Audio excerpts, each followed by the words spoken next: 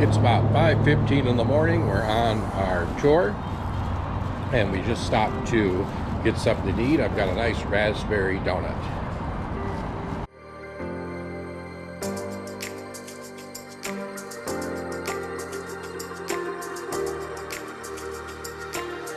After waking up at 4 a.m., I rode a rental scooter to the bus stop near the Almaty hotel.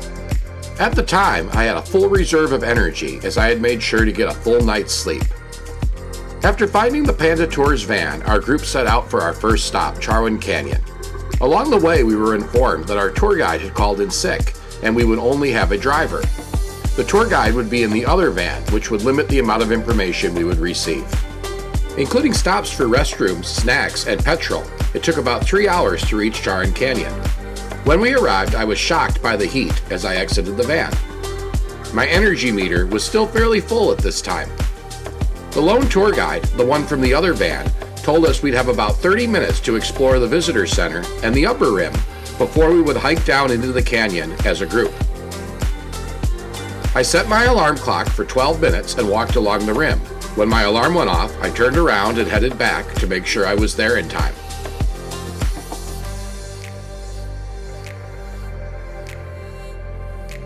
It was about 150 steps down into Charyn Canyon. Our group did not stick together, and I hiked the 2.5 miles to the Charyn River by myself.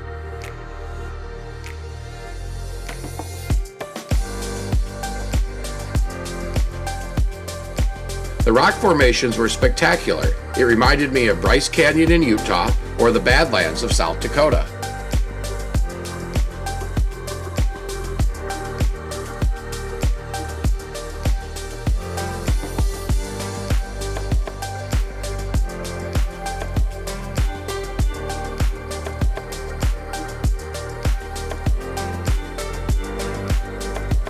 When I got to the rock tunnel, one of the highlights of the hike, I was disappointed that a group of tourists were doing a photo shoot.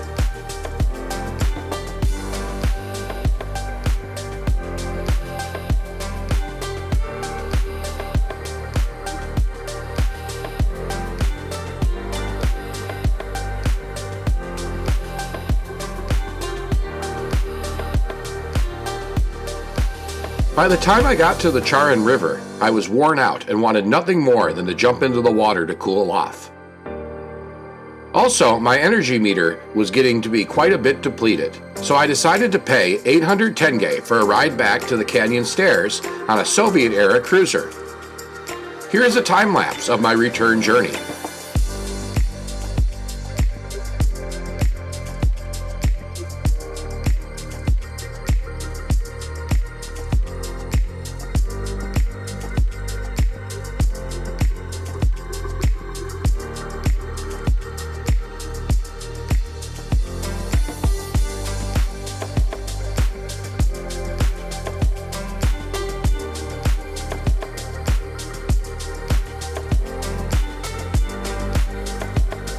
When I got back to the visitor center, about 10 members from our group were missing.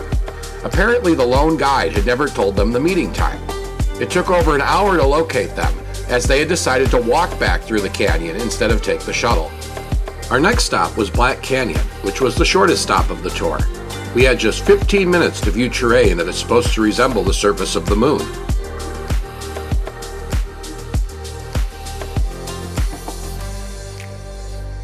From Black Canyon, we drove to Kolsay Lake. I was happy to be back in the air-conditioned van and was looking forward to a quick lunch break. Once again, the information provided by the guide was literally, lunch is here, the lake is there. I found a restaurant and ate a traditional Kazakh meal of kurdik. I then hiked down to Kolsay Lake. The lake definitely gave me vibes of the Rocky Mountains in Colorado or Banff and Jasper National Parks in Alberta.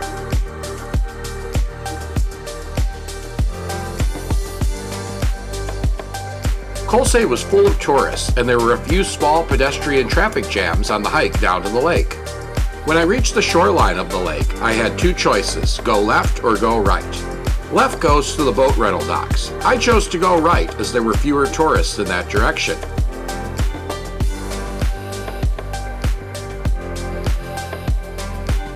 The two paths do not circle the lake, and my route dead-ended about a quarter of the way around.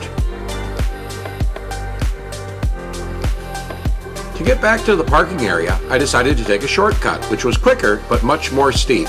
There goes my energy meter.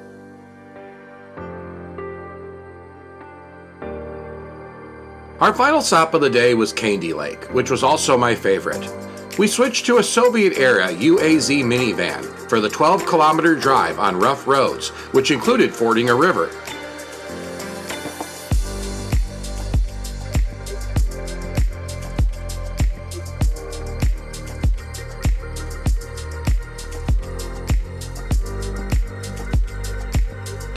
When we arrived, there were three options to reach Kaindy Lake: hiking, renting a horse for 7,000 tenge, or riding a Soviet-era cruiser for 500 tenge. I chose the cruiser. After exiting the cruiser, it was still a good 1-kilometer hike to the lake. There are a few different observation platforms for viewing Kaindy Lake. Kaindy Lake was like nothing I've ever seen. It was caused by an earthquake that created a natural dam flooding a valley of spruce trees. Today, the lifeless trees stick out of the water like a phantom forest frozen in time.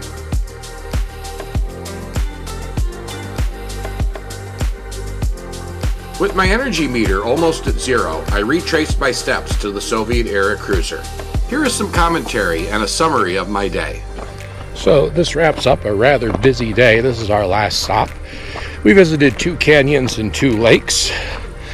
I think we switched vehicles probably 5 or 6 times. We rode in a couple different old Soviet buses.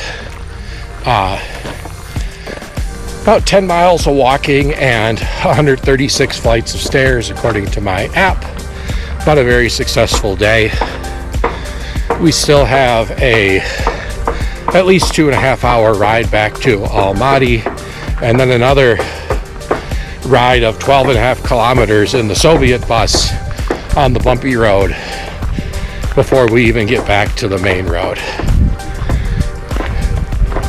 I would say that this is not an itinerary you could likely do on your own. If you don't speak Russian or Kazakh, you're gonna have a hard time figuring out parking tickets and all of that. So we're gonna jump on one of these buses and head back to the parking area. I'd like to thank you for watching this video. If you enjoyed the video or found it helpful, please smash that like button, hit subscribe, and comment below. I have more Kazakhstan content coming in the next few weeks. From Buzzing Around the World, this is Buzz wishing you happy travels.